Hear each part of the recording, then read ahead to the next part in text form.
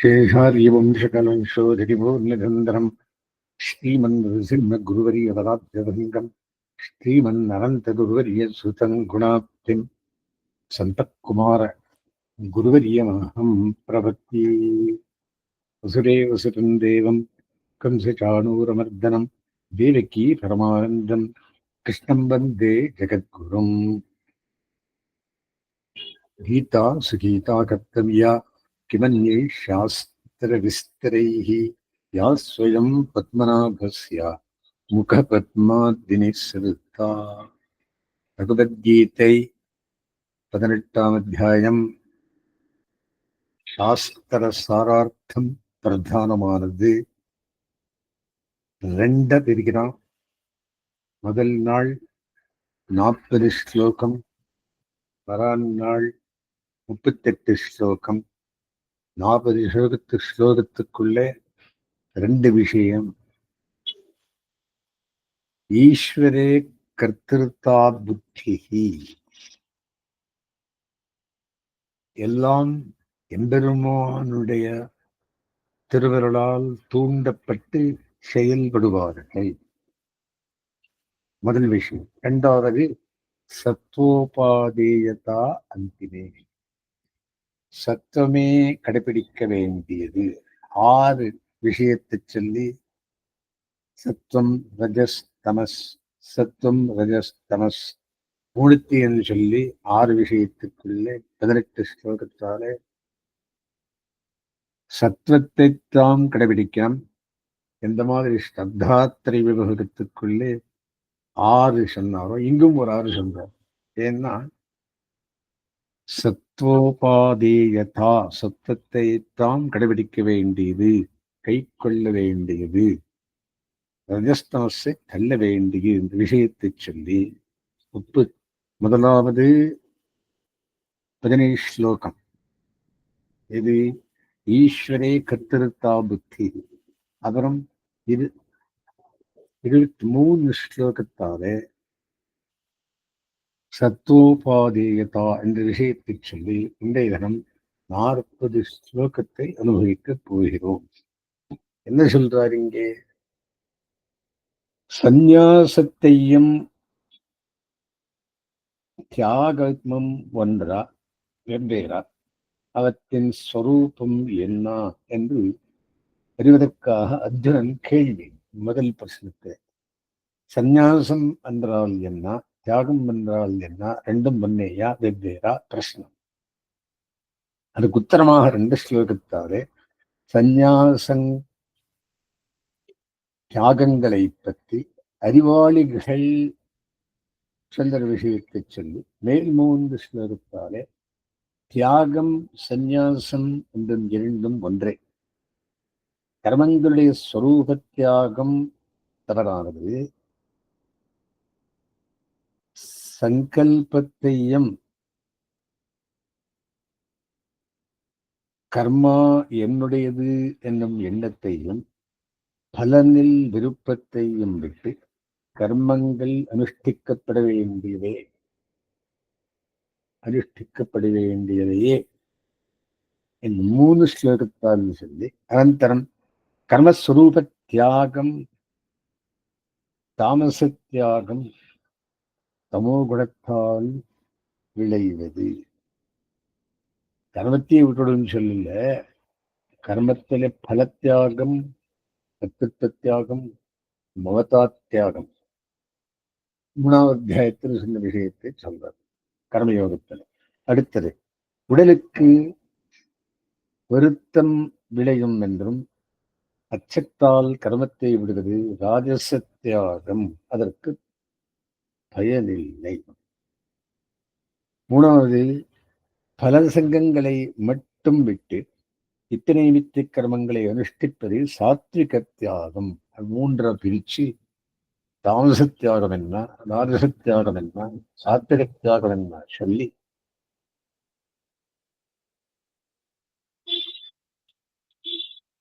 சாத்விக தியாகத்தோடு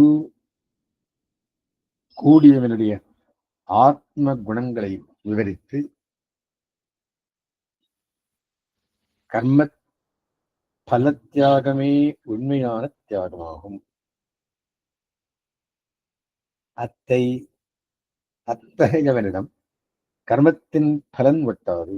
இதுவரை அர்ஜுனன் கேள்விக்கு பதில் 12 ஸ்லோகத்தை மட்டும் முதல் ஸ்லோகத்துக்கு கேட்ட பிரச்சனைக்கு பதில் சொல்லுகிறார். மேலே கர்த்திருத்த தியாகத்தை பிரஸ்தாபித்தல், கர்மங்களுக்கு 5 காரணங்களை காட்டுதல், 5வது காரணமான பரமாத்மாவே பிரதான காரணம் என்று கூறி பராயத்தாதிகரண விசாரத்தை பூர்வாச்சாரியர்களுக்கும் வேதாந்தரிகளுக்கும் விவரிக்கிறார் விவரணமாக. 16-17 கர்த்திருத்த தியாகத்தை விளக்கி இந்த ஸ்லோகம் வரை கர்மங்களை செய்பவன் ஈஸ்வரனே என்னும் வரி விளக்கப்பட்டு கீதார்த்த சார சங்கிரகத்திலே சொன்னா ஈஸ்வரே கர்த்திருத்தா புத்தி என்னும் விளக்கம் 17 ஸ்லோகத்தாலே. கர்மம் பண்ணி வைக்கிறவனாரு அவனை. அதுக்கு என்ன 5 கரணங்கள், அதை பார்க்க போகிறோம். 2வது பார்த்தானா 20 ஸ்லோகத்தாலே 23 கர்மங்களை பற்றிய வேத விதி, ஞானம், ஜ்ஞேயம், ஜ்ஞாதா என்னும் 3உடன் கூடியது. கர்மத்தின் வகை, கரணம், கர்மா, கர்த்தா என்று 3.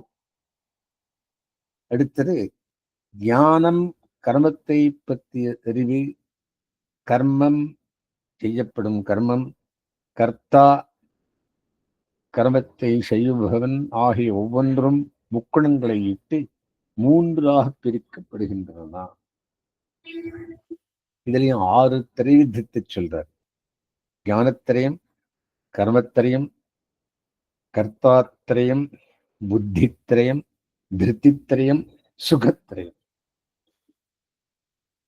20, 21, 22 சாத்விக தியாகம், ராஜச தியாகம், தாமச தியாகத்தை விளக்கி 23, 24, 25 சாத்விக கர்மத்தின் விளக்கம், ராஜச கர்மத்தின் விளக்கம், தாமச கர்மங்களின் விளக்கத்தை பண்ணி 26, 27, 28 சாத்விக கர்த்தா, ராஜச கர்த்தா, தாமச கர்த்தாவின் விளக்கத்தை சொல்லி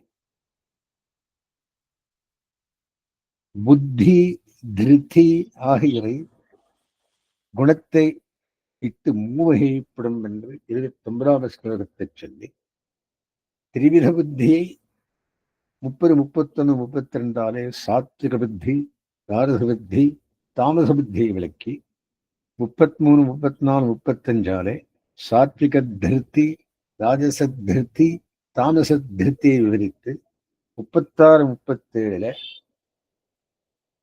சுகம் குணத்தை இட்டு மூவகைப்படுவகை விளக்கத் தொடங்கி சாத்விக சுகத்தின் விளக்கம் 37 பண்ணி 38, 39 ராஜச தாமச சுகத்தின் விளக்கத்தை பண்ணி ஸ்லோகம் 18 முதல் 39 வரை சத்துவகுணமே கை கொள்ளத்தக்கது என்ற விஷயம் விளக்கப்பட்டு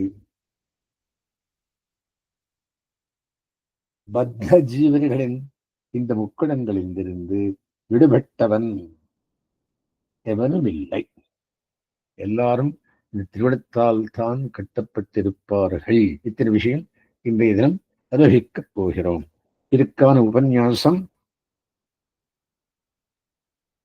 சாஸ்திர சாரார்த்தம் வெளியிடப்படுகிறது என்ற ஆளவந்தார் திருவள்ளுவர் இந்த 18வது அத்தியாயத்தாலே அதை நாளைக்கு பார்க்க போகிறோம். இந்த அத்தியாயத்துக்கான சங்கர ஸ்லோகம் ஈஸ்வரே கர்த்திருத்தா புத்தி சத்தோபாதேயதா அந்திமே. இன்றைய தினம் 38 ஸ்லோகத்தால 40 ஸ்லோகத்தால சர்வகர்ம பரிணாமஸ்ச சாஸ்திர சாரார்த்த உச்சதே. சர்வகர்ம பரிணாமஸ்ச நாளைக்கு 20 ஸ்லோகம், சாஸ்திர சாரார்த்த உச்சதே 18 ஸ்லோகம். அதை 3 பிரிக்க போகிறோம். நாளைக்கு பார்க்கலாம்.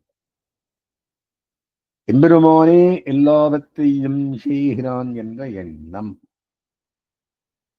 எத்தனை ஸ்லோகம்? 17 ஸ்லோகம்.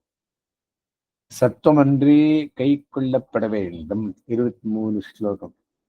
திரைவித்தியத்துக்கு 6 3 18. இன்னும் பிரஷ்னம் மிச்சம். தம் தம் நிலைக்கு சேரா தர்மானுஷ்டானம் பகவானை அடைவிக்கும். நாளை விஷயம். கீதா சாஸ்திரம் அனைத்துக்கும் சாரமான அர்த்தம் பகவத் பக்தி. நாளைக்கு சொல்ல போகிறோம் 6 ஸ்லோகத்தாலே. இவை கடைசி அத்தியாயத்தின் பேசப்பட்டுள்ளன. இந்த அத்தியாயம் முதல் அர்ஜுனனுடைய பிரஷ்னம் பார்க்கப்படுகிறது. தியாகம், சந்நியாசம் இவற்றை பற்றி தனித்தனியாக சொல்லி இட வேணும். இவ பற்றி உண்மையை அறிய விரும்புகிறேன் என்று வேண்டுகிறான். அவை ஒன்றா வெவ்வேறா என்று கேள்வி. இதற்கு பதில் அளிக்கும் கண்ணன்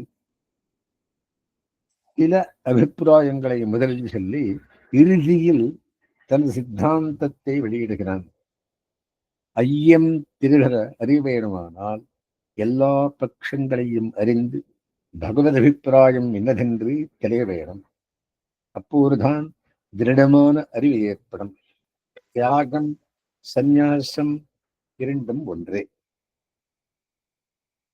என்பதுதான் கண்ணனின் சித்தாந்தம். விடுதலை என்று பொருள் என்று நிச்சயிக்கப்படுகிறது. தியாகம், தியாகி என்ற சொற்களுக்கு தற்கால அரசியல் கொள்ளப்படும் அர்த்தம் இங்கொவ்வாது. முதல் என்ன? நித்திய நைமித்திக கர்மங்கள், சந்தியாவந்தனம் போன்றவை தினமும் செய்ய வேண்டியவை.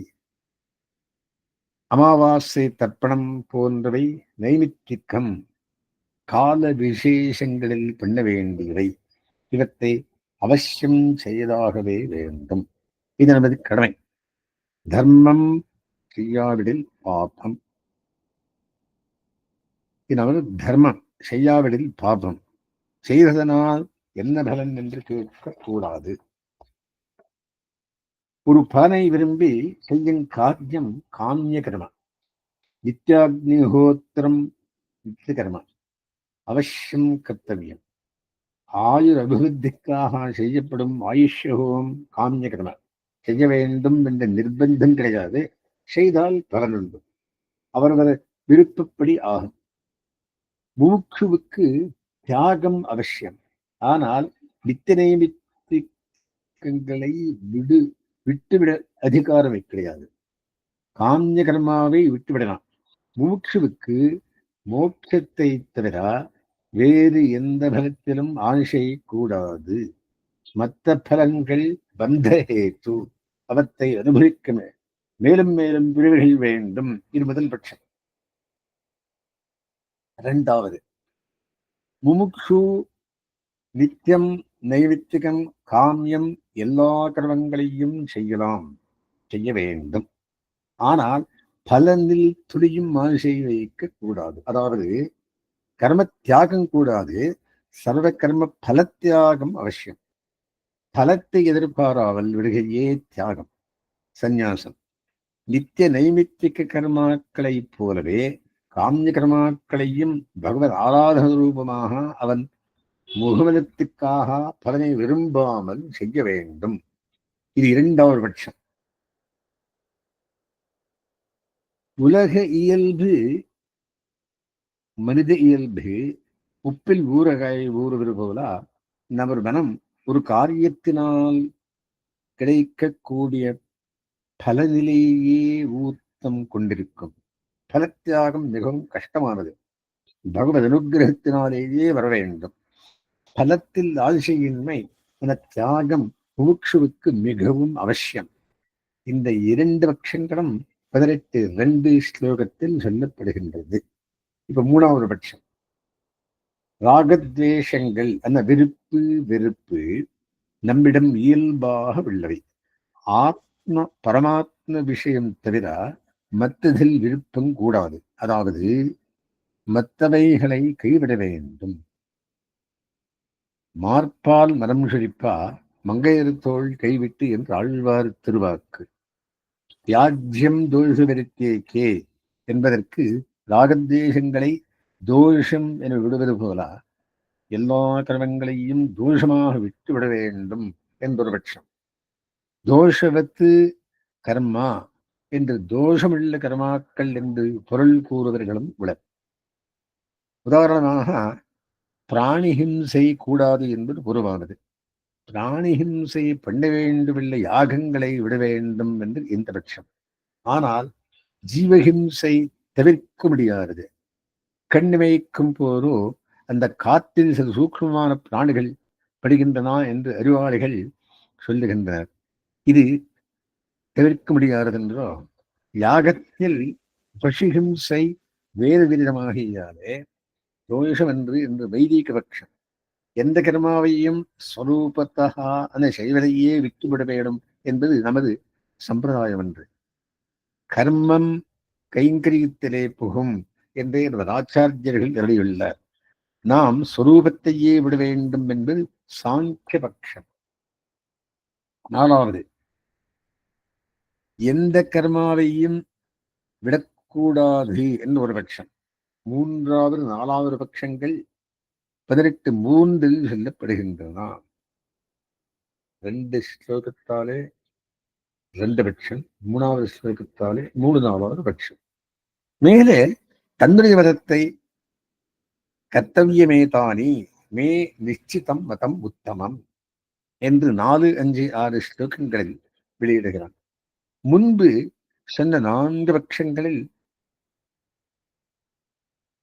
முதலதும் 3வதும் கண்ணனுக்கு சம்மதமில்லாமை, 2வதும் 4வதும் அபிமதம். இதை நான் முன்னமேயே நன்றாக விசாரித்து சொல்லிவிட்டேன். சம்பிரகீர்த்திதா என்கிறான் பகவான். தியாகமும் சந்நியாசமும் ஒன்றே, வெவ்வேறல்ல. தர்மானுஷ்டானம் மிகவும் அவசியம், கட்டாயம் செய்யப்பட வேண்டும். யஜ்ஞதான தபகர்மா நத்தியாஜ்யம். தியாகம் 3 விதம்: கர்மத்தியாகம், கர்த்திருத்தியாகம், பலத்தியாகம். கர்மாவை விடவே கூடாது.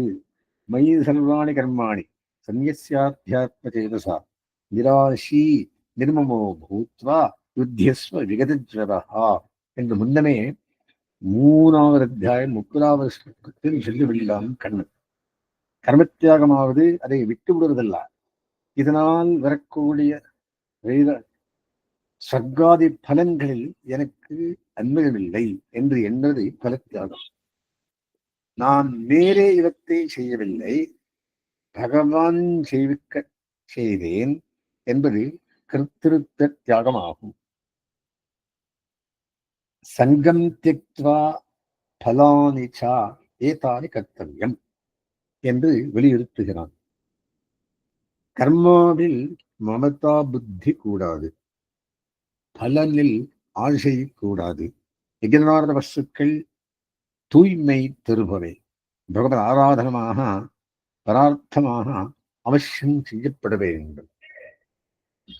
தியாகம் சாத்வீக தியாகமாக இருக்க வேண்டும்.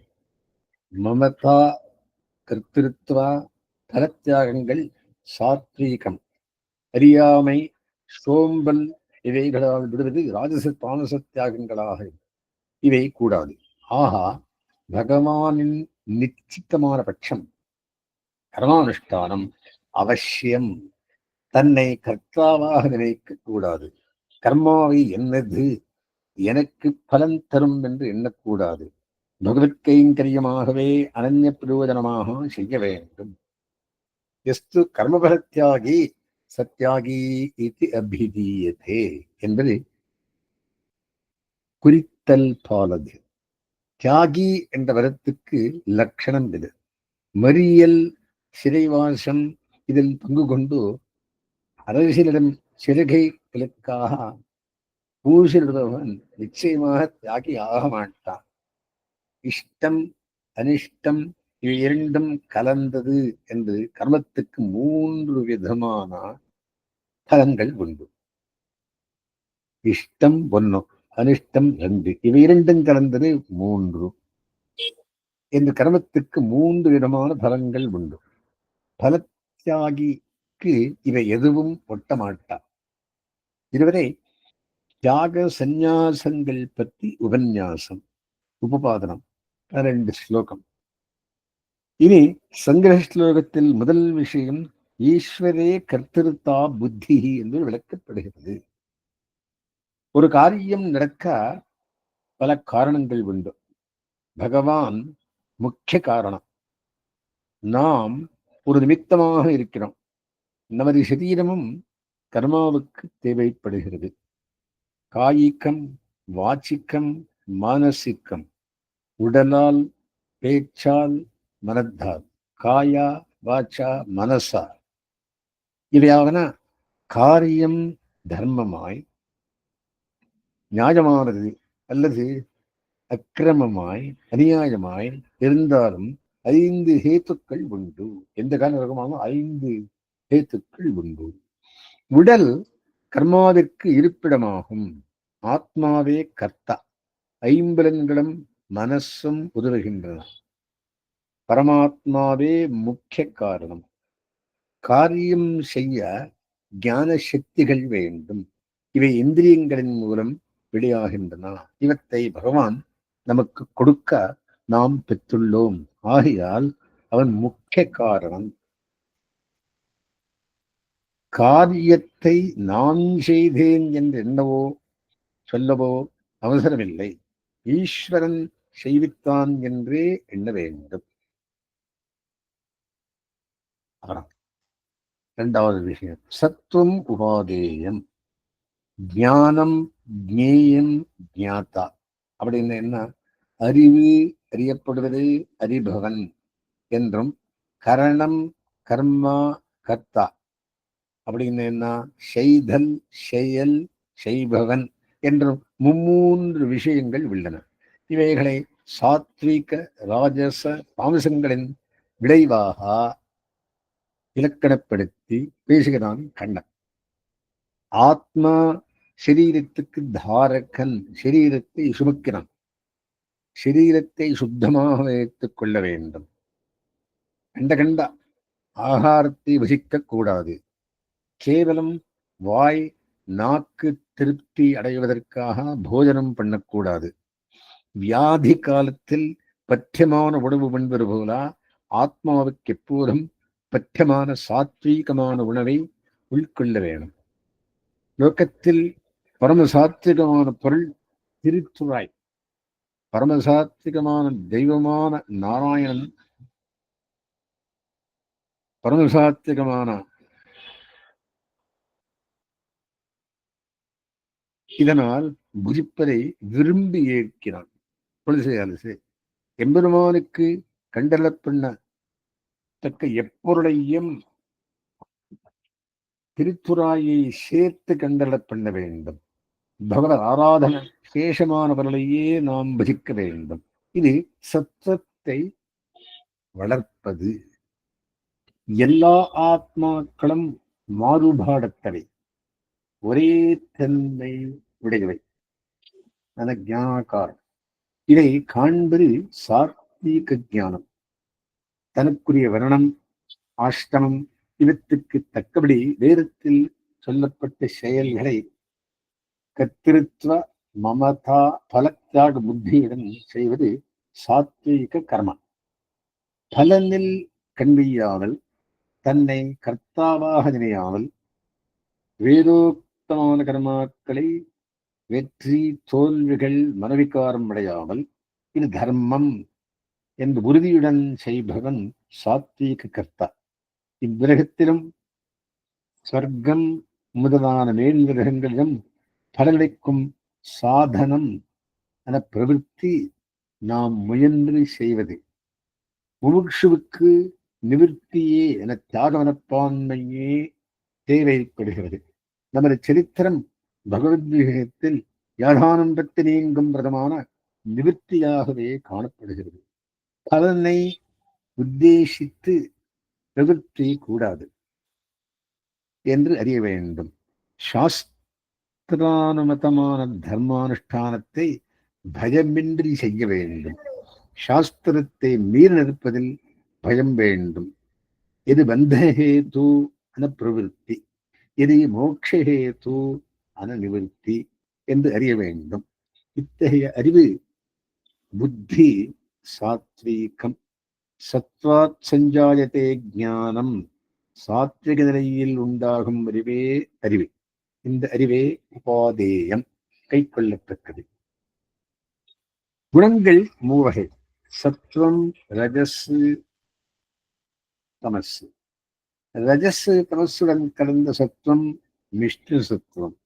இப்படி கலப்படமான சத்துவமோ ரஜஸ்தமசுக்களை உபாதேயம் என்று. சுத்த சத்துவமே விரும்பத்தக்கது. இதை வளரச் செய்ய வேண்டும்.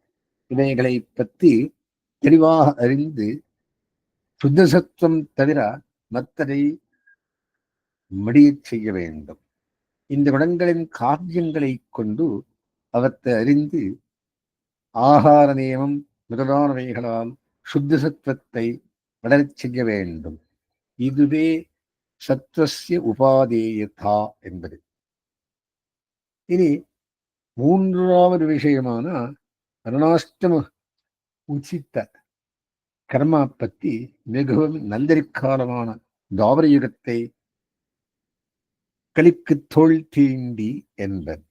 கலி முதலில் தாவர யுகத்தில் நிழல் உண்டு. இது நம்மாழ்வாரின் காலமாகும்.